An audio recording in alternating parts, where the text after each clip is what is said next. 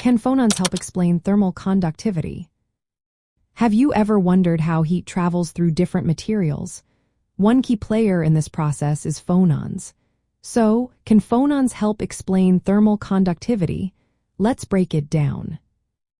Thermal conductivity is how well a material can conduct heat. In many solids, especially non-metallic ones like insulators and semiconductors, heat transfer happens through lattice vibrations. These vibrations are known as phonons, which are packets of vibrational energy moving through the material's structure. Phonons are essential for transporting heat from warmer areas to cooler ones. The effectiveness of this heat transfer relies on several factors related to phonons. First, we have phonon dispersion and velocity. This describes how phonons move based on the material's crystal structure. Acoustic phonons, where atoms move together, usually carry heat well because they have a speed. On the other hand, optical phonons, which involve atoms moving out of sync, often move slower and contribute less to heat transfer. Next, we look at specific heat and mean free path. Specific heat capacity tells us how much energy phonons can carry. The mean free path is the average distance a phonon travels before it scatters. Longer mean free paths mean better heat transport. Phonon scattering is another important factor.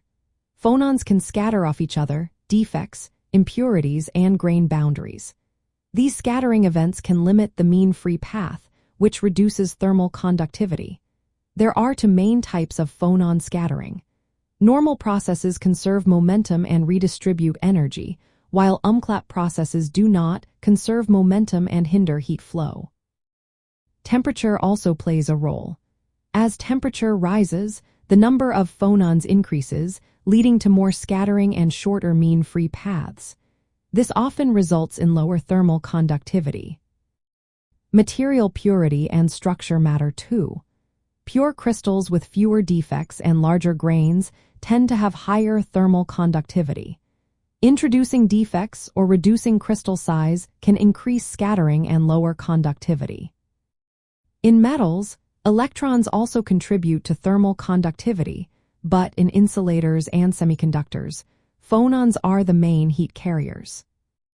Understanding how phonons work can help us design better materials for heat management in electronics and thermoelectrics for energy conversion. By tweaking phonon properties, such as reducing scattering through crystal purity or creating nanostructures, we can optimize materials for specific thermal conductivity needs. Phonons provide a detailed explanation of how heat moves in many solids, making them vital for understanding thermal conductivity in materials.